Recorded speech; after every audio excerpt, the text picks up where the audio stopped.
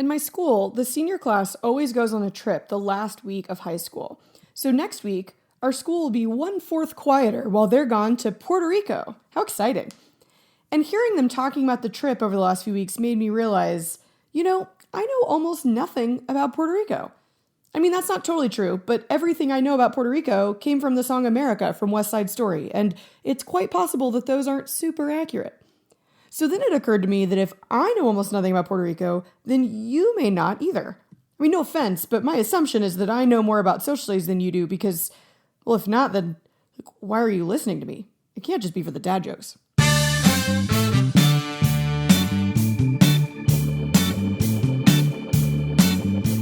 Today, we're talking about the island that's halfway part of the United States, Puerto Rico. What was going on there before we showed up? What has been the relationship between the U.S. and the island, and what's going on there now? And don't worry, there will be more than one West Side Story reference. This is Anti-Social Studies. I'm Emily Glankler. Settle in and let's get some historical context on Puerto Rico, or to be or not to be a state.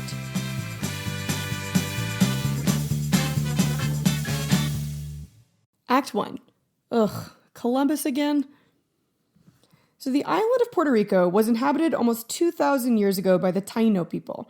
They lived mostly as hunter-gatherers in theocratic small kingdoms on the island, occasionally fending off attacks from neighboring islands in the Caribbean. But, as with most places in the Americas, they were unable to fend off the Spanish. Christopher Columbus arrived on the island in 1493. He had learned about the island from a few Taino prisoners he found on a nearby Antilles island, and he agreed to return them home, a weirdly generous act for the guy who basically started the slave trade. But, obviously it wasn't a humanitarian mission. When he arrived, he promptly claimed the island for the Spanish crown, because 15th century politics worked on a very strict dibs system. And he named it San Juan Bautista, for St. John the Baptist. Initially, the island was coveted just as a military outpost to stop off on the way to more profitable Spanish colonies. But about 15 years later, Juan Ponce de Leon was allowed to explore the island, and he discovered a few primo attractions. One, he found naturally protected bays that would be perfect for harboring ships. Oh, and he also found gold floating in the rivers. So that was pretty exciting. He named the city he founded Rich Port, or Puerto Rico. But eventually, the name stuck for the entire island. So, they basically switched the names. San Juan, which was the original name for the entire island, became the capital city, and Puerto Rico, which was the original name for the city, was used for the entire island. Because conquistadors can never get the names quite right. Just ask the Indians.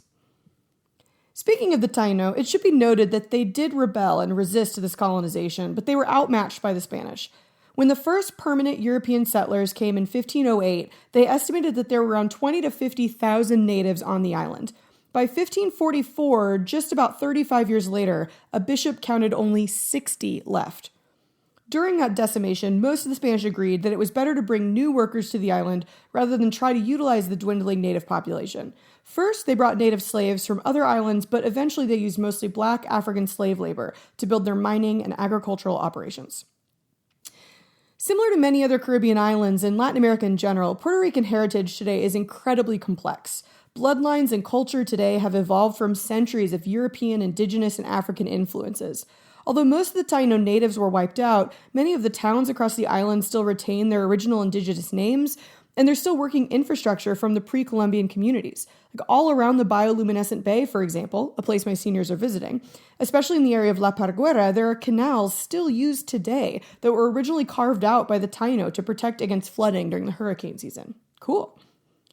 Other aspects of Taino culture are still alive as well, not just in Puerto Rico, but around the world. For example, the Taino gave us the name for the hammock, or hamaca, and it's also theorized that the Taino invented maracas, now ubiquitous in Latin music. Other common words that originated with the Taino include iguana, barbacoa, and appropriately, hurricane, or huracan, which meant the big blow in Taino. African influences are also readily seen in popular musical styles on the island. Bomba, not to be confused with La Bamba, developed through contact between African slave populations from different Caribbean colonies, creating an intricate style with at least 16 different rhythms. Heavy on percussion, this music could do a lot of things. It conveyed anger and sadness, it inspired slave revolts, and it created a sense of community through dance. Out of this style came plena, which is more lyrical and narrative. Plena songs describe popular and current events, and some musicians have called it the newspaper of the people. se le vuelven al revés, de la cabeza a los pies, tiembla como un buen conejo. So it's kind of like when Jimmy Fallon slow jams the news, but like everyone in the country was listening and the music was better. So actually it's not really like that at all. Let's just move on. These musical styles of bomba y plena, rooted in African culture, eventually produced reggaeton. Combining hip-hop and reggae rhythms with Spanish rapping, it is a quintessentially Puerto Rican creation.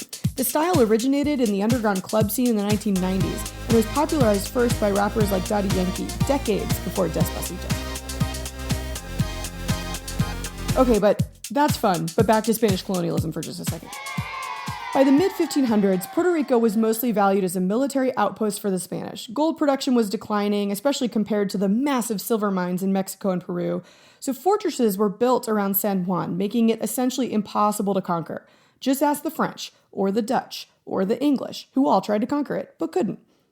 And think about the importance of fortifying the city of San Juan. I mean, this was the first port of call for massive Spanish galleons entering the Americas, and it was the last stop before those same ships, loaded down with treasure, would make the perilous journey across the Atlantic.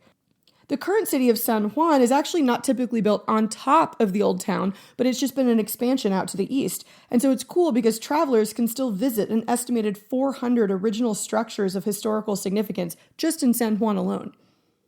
A continuity throughout Puerto Rican history is that the capital of San Juan received a ton of attention and support from Spain. However, outside the fortified walls, the rest of the island and the people living there were essentially ignored. So a divide grew between the people of San Juan, mostly European and wealthy, and the Jibaros, a rural inhabitant from the more mountainous interior. These figures grew to be folk legends in Puerto Rican culture, kind of in the same way that Wild West outlaws continue to fascinate U.S. Americans. So Puerto Rico continued on as a military outpost and a small but growing cash crop producer for a few hundred years. And by the early 1800s, revolutions were rippling across Latin America. Mexico was gritoing in Hidalgo, Bolivar and San Martin were riding horses and rebelling in South America, Brazil was granting itself independence to avoid a bloody slave revolt like in Haiti. Smart. And the Spanish Empire was crumbling, which begs the question, why not in Puerto Rico? The simplest answer to this question is that Puerto Rico did rebel. I mean, we'll talk about it, but their rebellions were typically small and not very successful. So why did they not have a national revolution like other Spanish colonies? The main reason is that the island of Puerto Rico was just typically granted more freedom than other parts of the Spanish Empire. The reason for this, as with most things in history, starts with Napoleon. So when Napoleon conquered Europe and put his brother on the throne of Spain, this led most Spanish colonies to form independent governments to rule on behalf of the true king while he was in prison. This spurred many local organizations across Latin America to gain power, and it prompted them to push for full independence instead of returning to Spanish rule. But in Puerto Rico, they were just mostly an economic colony concerned with trade. And as we'll see in a second, the island was also mostly populated with Europeans. All they needed from the king was administrative and military assistance, and so they continued to follow the crown. Because of this, the relatively underpopulated island became a refuge for Spanish loyalists fleeing the revolutions on the mainland. So over time, Puerto Rico was rewarded for its loyalty with an easing of imperial control over the island. The other reason Puerto Rico didn't have a full-scale rebellion was because of its demographics. In 1815, the Spanish crown passed a decree to encourage immigration to Puerto Rico. Essentially, mercantilism, remember, which meant that you could only trade with the mother country, that was relaxed so that Puerto Ricans could trade with other nations as long as they were allies of Spain. Read Catholic. What this meant was that other Catholic nations built up trade relations with Puerto Rico, and immigrants flooded to the island. By the end of the 19th century, 80% of the population of the island was foreign-born, mostly from Europe. And since the Spanish crown had eased up on their restrictive trading policies and given the Puerto Ricans some ability to control their own economic fate, they were not as incentivized to rebel as others. They also didn't have the cultural aspect of rebellion like in mainland Latin America. For example, Mexico's revolution was intrinsically linked to the indigenous population, trying to upend the casta system. And even the South American revolutions were led by Creoles who were resentful of those born in Europe who dominated politics. But in Puerto Rico, the indigenous people were long gone, the majority of the inhabitants were born in Europe, and because of the decree, they were all Catholic and loyal to Spain. So, again, not much reason to rebel.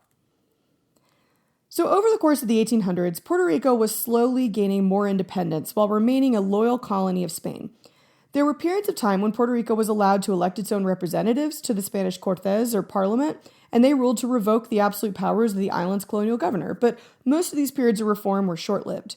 In general, as with most colonies, the growing reforms and constitutionalism that were happening in Spain did not extend to Puerto Rico. By the 1860s, a variety of opinions had formed on the island about its future within the Spanish Empire. There was a conservative bloc that was fine with staying with the status quo, mostly concerned about economic opportunity. The majority pushed for more representation and inclusion in the government, hoping that Puerto Rico could elevate its status beyond just a subservient colony to become more of a part of the Spanish government. And there was a growing minority advocating for complete independence. Pay attention to this because this exact same debate is happening again today, but concerning the fate of Puerto Rico as part of the U.S. empire. So in 1865, a local commission was appointed to survey the population and recommend government reforms that would keep the people happy with the crown. And the number one issue they found was the abolition of slavery. Although Spain itself had abolished slavery in the 1700s, by 1865, slavery was still well entrenched in their main colonies of Puerto Rico and Cuba. Side note, it's really easy to abolish slavery when your economy doesn't depend on slave labor, but it doesn't really mean much if you still allow slavery in the places you control that do. This recommendation to abolish slavery led the leadership to freak out and start a conservative crackdown, fearing these radicals who thought that, maybe slavery was bad? Keep in mind that 1865 is a full 30 years after slavery was abolished in all the British colonies, and it was 2 years after the U.S. issued the Emancipation Proclamation, so it's not like they were leading the charge or anything. So out of this divisive issue came the short-lived 1868 Revolution. Although the rebellion really only took over one city and eventually led to all participants being imprisoned, the revolution did prompt Spain to look more closely at Puerto Rico.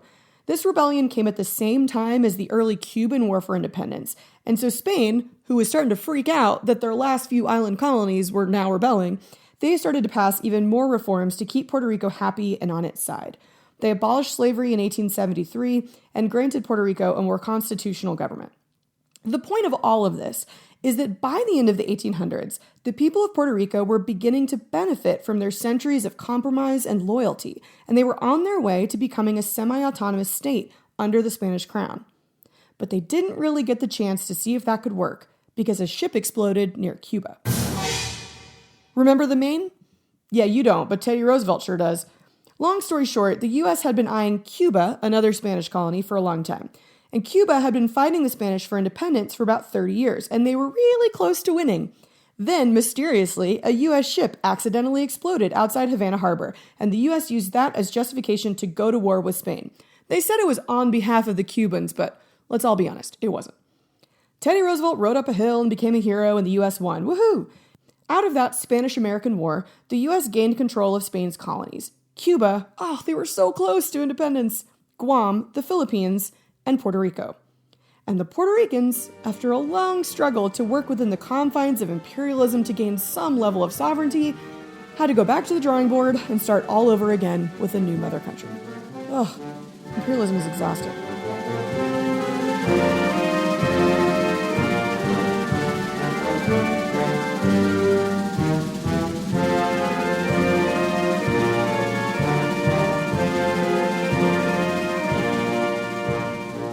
Act 2, Puerto Rico and the U.S.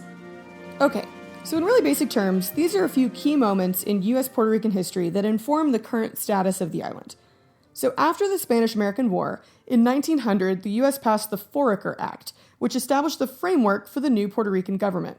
The island would have a governor and an 11-person council, all appointed by the U.S. president.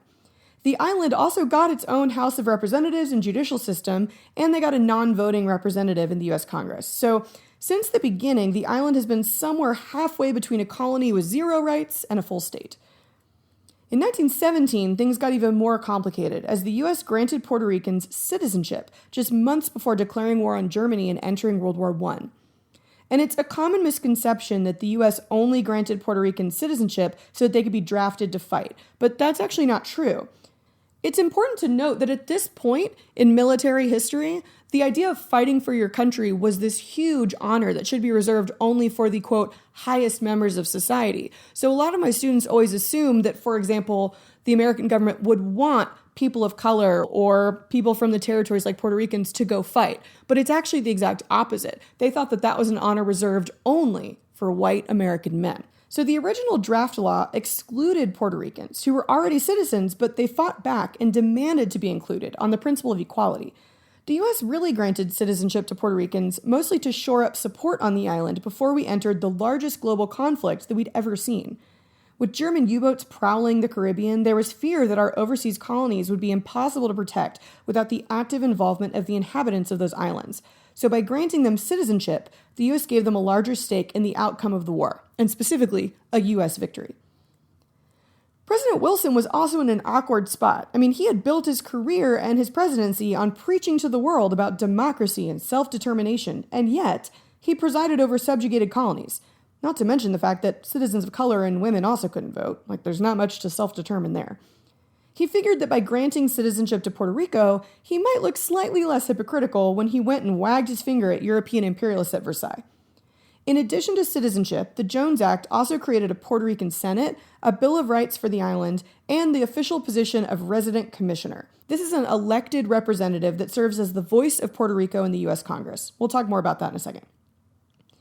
Before I move on, I just want to point out that on the first day of draft registration at the beginning of World War I, over 100,000 Puerto Ricans signed up.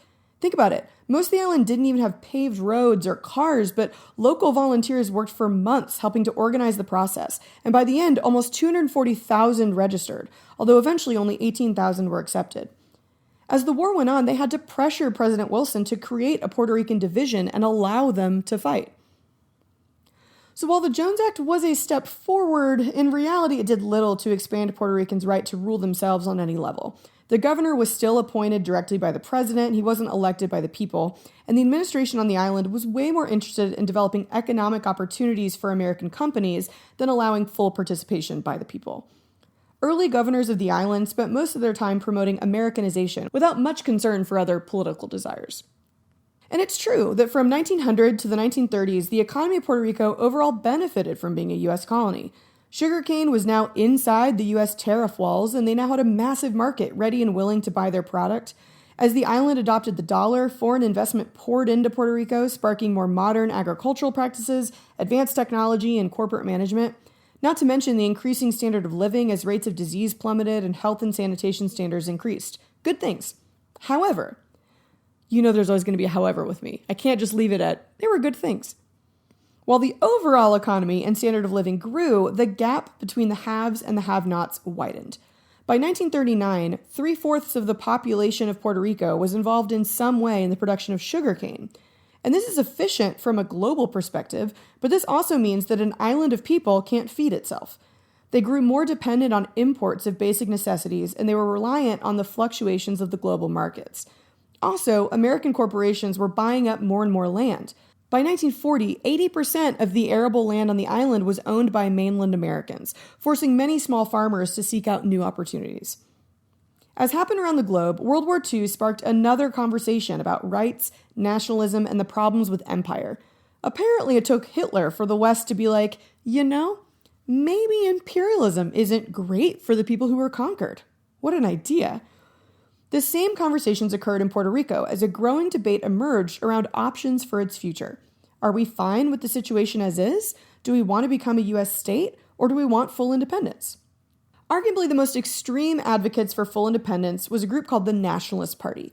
Formed in the 1920s, they pushed, often violently, for a complete break from the United States. They began by attempting to organize workers and demand workers' rights like a minimum wage, but it soon grew into an armed independence movement. And the best example of the interactions between the Nationalist Party and the U.S. government center on an event in 1935 known as the Rio Piedras Massacre. So in the early 1930s, the governor of Puerto Rico was none other than Teddy Roosevelt Jr. He was a Harvard-educated businessman and a decorated war hero from World War I. Side note, Teddy Jr. would go on to win the Medal of Honor for leading the first wave of soldiers ashore onto Utah Beach during the D-Day invasion. Like father TR, like son TR. But in the 1930s, he was also known for being implicated in the now slightly boring Teapot Dome scandal. During his time as Assistant Secretary of the Navy, he had helped Interior Secretary Albert Fall lease Navy oil fields to private companies for personal profit. That's not really allowed. Fall became the first American cabinet member convicted of a felony and sent to prison. Whoa. Now, this matters for Puerto Rico because when Teddy Jr. became governor, one of the first things he did was appoint the first Puerto Rican to be the chancellor of the University of Puerto Rico. His name was Dr. Carlos E. Chardon. Chardon worked for the Liberal Party, the opposition of the Nationalists, and he worked to develop a New Deal-style plan that would reform and reorganize the agricultural industry on the island. He was working very closely with the U.S. government. And I mean, this was all fine, but the Nationalists, especially their leader, Pedro Albizu Campos, was worried that this was a ploy by the U.S. government to take control of Puerto Rico's natural resources and sell them off to the highest bidder. And I mean, to be fair, this is the height of the age of imperialism, when European powers are doing this exact thing all over the world. And also, the U.S. government had routinely done this with native land, Mexican land, and even just 10 years ago, U.S. Navy land. But also, to be fair, it doesn't look like that was what was happening in Puerto Rico. Regardless, the Nationalist Party organized a protest at the university. Local police fired into the crowd and killed 4 Nationalist Party members in the process. When asked at a press conference why this happened, the police chief said that if Albizu Campos and his Nationalist Party continued to agitate the workers and the college students, that he was prepared to wage war to the death against all Puerto Ricans.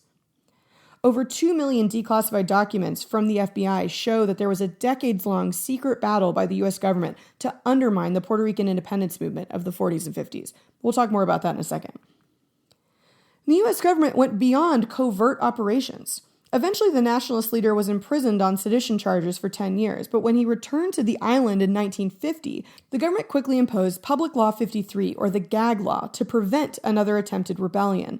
Everyone on the island was prohibited from flying the Puerto Rican flag, singing nationalist songs, or speaking, writing, or meeting about independence. Apparently, the First Amendment doesn't apply to Puerto Rico. Oh wait, that's actually real? We'll get to that in a second.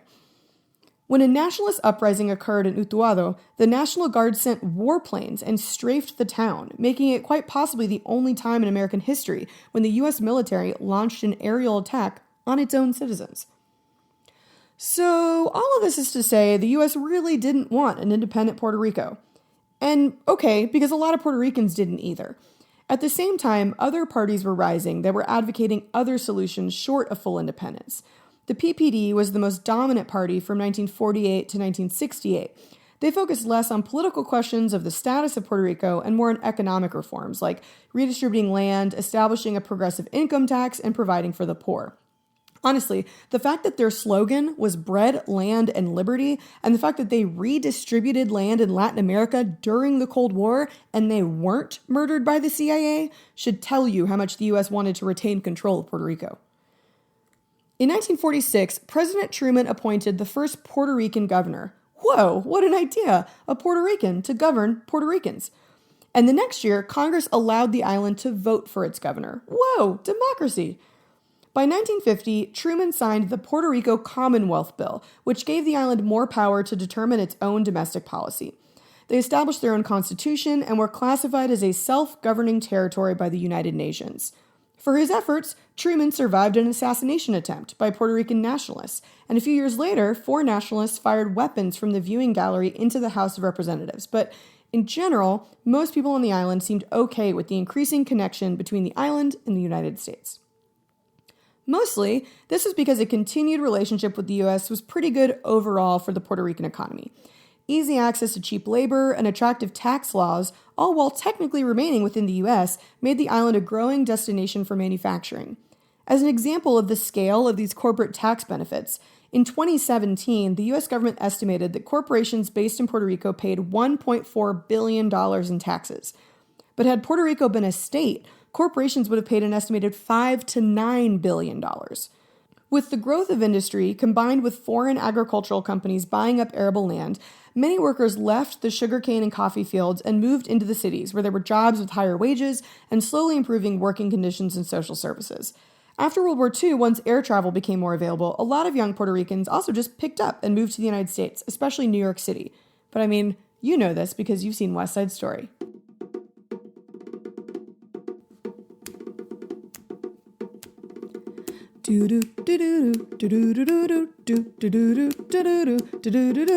Cool.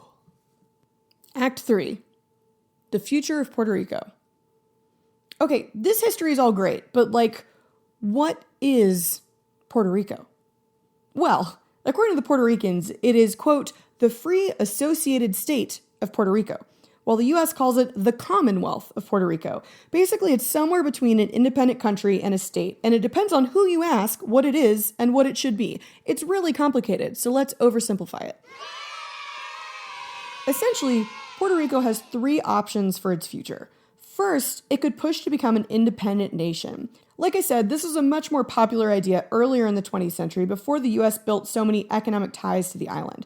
And also, it didn't help that the FBI had that entire program called COINTELPRO that was designed to infiltrate, discredit, and disrupt the independence movement. The local police created thousands of carpetas or files detailing the personal lives of any individual involved in the independence movement. Overall, about 75,000 people were under police surveillance in the middle of the century. Anyway, that made most people not super excited about calling for independence. According to some of the most recent votes, only around 5% of the population today wants full independence. A more popular option is essentially the status quo. This is often known as the Commonwealth option because it means keeping its current status as a Commonwealth of the U.S. Most who support this option still believe that some reforms should be made to improve the relationship, but effectively they want things to stay mostly the same. So what does that mean? What is the current status of Puerto Ricans? Okay, first, are Puerto Ricans citizens of the United States? Yes. Great. So that means that they're also protected by the Bill of Rights, right? No. Wait, what? So the Bill of Rights explicitly protects the rights of states and the people living in states. So since Puerto Rico isn't a state, its citizens, again, they are full U.S. citizens, are not automatically covered by the Bill of Rights. When an issue relating to the rights of Puerto Ricans comes up, it has to make its way through the courts or be decided by Congress. Today, they're basically covered by, quote, fundamental civil rights that prevent discrimination by other U.S. states, they can travel freely, and they've clarified that they now have other rights, like the First Amendment, that had to go through a Supreme Court decision. But all of those things, their citizenship and their rights, are granted by legislation or court cases. They're not enshrined in the Constitution. This matters because laws and court decisions are way easier to strike down or revoke, but amending the Constitution is nearly impossible. So Puerto Ricans definitely qualify as second-class citizens in this aspect. Next question. Can Puerto Ricans vote? Sometimes. They're allowed to vote in the presidential primary, but not in the general election.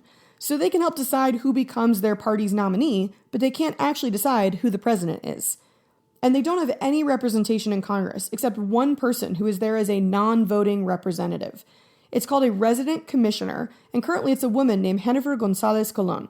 She identifies as a member of the Republican Party, and basically she can propose legislation, she can vote at the committee level, and she can participate in debates, but she ultimately can't vote on any final legislation. Finally, do Puerto Ricans pay taxes? Sometimes. Citizens who live on the island are typically exempt from paying federal income taxes, unless they're a federal government employee, and about 20% of them are. All federal taxes are generally way lower on the island, which provides incentives for businesses to move their operations there. But Puerto Ricans do pay some taxes. In 2016, they paid $3.5 billion into the U.S. Treasury, including paying into Social Security, for which they're eligible when they retire. So, to sum up, currently, Puerto Ricans are citizens who are kind of protected by our basic rights. They can help choose their party's nominee, and they can speak up in congressional debates, but ultimately they can't vote on the final decision for president or for legislation. They can serve in the military and are eligible for the draft, and they pay some taxes, although generally less than other American citizens. And although they can collect Social Security when they retire, they typically get less in other federal benefits like Medicaid or disability. Also, they are severely limited in their interactions with other countries. As a Commonwealth, they don't have any autonomy over international diplomacy or involvement in Caribbean affairs. All of those issues get funneled up to the U.S. government. So, increasingly, more and more Puerto Ricans have wanted out of this American halfway house. In the last two island-wide votes, the majority has voted in favor of statehood, which brings us to another question. How does one become a state in the United States? So first, a state can't be created without a territory's consent, which is why the votes held on the island over the last decade have been really important. 2012 was the first year that a majority of voters chose statehood on the ballot, which is why this issue has been more prevalent the last few years. The next step would be to petition the U.S. government for statehood, which they have done. In 2018, their representative filed a bill co-sponsored by 21 Republicans and 14 Democrats. So now, Congress could pass legislation to admit Puerto Rico, and assuming the president signed it, they would become the 51st state, and flag makers everywhere would have to figure out how to make 51 stars look symmetrical. Side note, Washington, D.C. has also voted to become a state. They also don't have voting representation in Congress, and it wasn't until 1961 that D.C. counted in the Electoral College and could vote for president. That is crazy to me. The capital of our country, named after our first president, couldn't vote for president until 1961. Anyway, so it's a race between D.C. and Puerto Rico to see who will snag number 51. It's the Jets and the Sharks all over again. Don't worry, I won't do any more snapping. Okay, that's great, but what would happen if Puerto Rico did become a state? So one of the main arguments in favor of statehood is that it could help Puerto Rico restructure its growing debt. Currently, only states can declare bankruptcy and get extra support from the federal government, and currently Puerto Rico has more debt than any of the 50 states. And Obama did allow some restructuring, and he commissioned an advisory board to help revamp their budgetary crisis, but it's still not quite the same. Statehood would also increase access to federal programs like Medicaid and disability funding, and low-income workers could qualify for tax rebates. However, those workers would get a rebate because Puerto Ricans would now be paying all federal taxes. It's estimated that they would pay an additional $2.3 billion in new federal income tax alone, and corporations would see an increase of $5 billion in new corporate taxes that they had been exempt from. This would remove pretty much the only incentive a lot of businesses had for moving their operations to the island or offshoring in the first place. So there's the possibility that some might move elsewhere. Also, just logistically, the transition to statehood would be difficult, especially considering that government on the island has a history of mismanagement. In 2009, they received $7 billion from Obama's American Recovery and Reinvestment Act without really seeing much improvement as far as aging infrastructure and a lower standard of living than the mainland U.S. In general, the strongest arguments in favor of Puerto Rican statehood are based on rights, rhetoric, and American values. One journalist called it, quote, a one-sided form of American citizenship that makes Puerto Ricans subject to some of the most egregious and pervasive ongoing civil rights violations of this century, quote. To many on the island, this became clear in the aftermath of Hurricane Maria, when they seemed to be an afterthought to many Americans and politicians, but more on that in a second. On the other side, the strongest arguments against accepting Puerto Rico as a state are economic and cultural. It would cost the U.S. government billions as federal programs expanded to cover everyone on the island. And yes, the government would get more in taxes, but it would also fully take on the island's debt, although the U.S. really has to take on Puerto Rico's debt either way. Statehood might just cut through some of the red tape involved. And there are those who are concerned with how culturally different the island is from the rest of the United States. It would be the first fully Spanish-speaking state, which is difficult for some Americans to wrap their head around for some reason. I mean, we basically already have Spanish-speaking states, just come on down to Texas. But even on the Puerto Rican side, there are concerns with assimilating into the U.S. and losing some of their independence, which is an important aspect of their heritage and Puerto Rican pride. And even as Puerto Ricans become influential in larger American society, like Ricky Martin or Supreme Court Justice Sonia Sotomayor, they identify very closely with the distinct culture and heritage of the island. So it's really a tricky discussion on both sides. For what it's worth, both the major U.S. parties say they support Puerto Rico, but they also say a lot of things, am I right? According to their 2016 party platforms, Republicans say outright that they want to admit Puerto Rico as a state, while Democrats, as usual, are a little loftier and a lot more vague. They say they support the island's right to self-determination, but even if they choose to remain a commonwealth, the U.S. needs to reform its relationship with Puerto Rico to expand rights to its citizens. And not that we normally care what the rest of the world thinks, but internationally, most other countries view Puerto Rico as its own country. It's like when Americans go to the Bahamas. It's just the Bahamas. They don't think of it as visiting part of the British Commonwealth, although it is. It should also be noted that the international community, most notably the UN, is not super into the weird on-the-side relationship the U.S. has with Puerto Rico. In 2016, the UN Special Committee on Decolonization called for the U.S. to allow Puerto Ricans the right to self-determination, essentially arguing that without that, the U.S. was simply just another colonizer. I mean, you know I'm not going to argue. You've heard my episode on imperialism. So what's going on in Puerto Rico today? Well, let's just say that most people on the island are less concerned with congressional legislation and more concerned with, electricity. On an island where 44% live in poverty, compared with 12% in the U.S., Hurricane Maria was devastating. It was the strongest hurricane to hit Puerto Rico in 100 years. Making landfall in September of 2017, it killed almost 3,000 people, destroyed entire towns, did $90 billion worth of damage, and is still heavily impacting the island.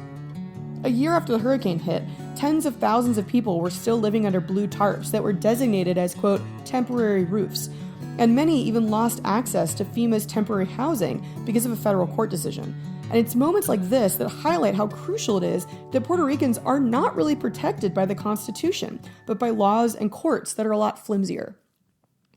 More than 62% of applicants for FEMA assistance to rebuild their homes were denied because they couldn't produce the proper paperwork. FEMA also required people to submit applications for assistance online, even though the island was without electricity. FEMA officials first sent to the island didn't speak Spanish, another sign of the enormous cultural divide between the mainland U.S. and Puerto Rico.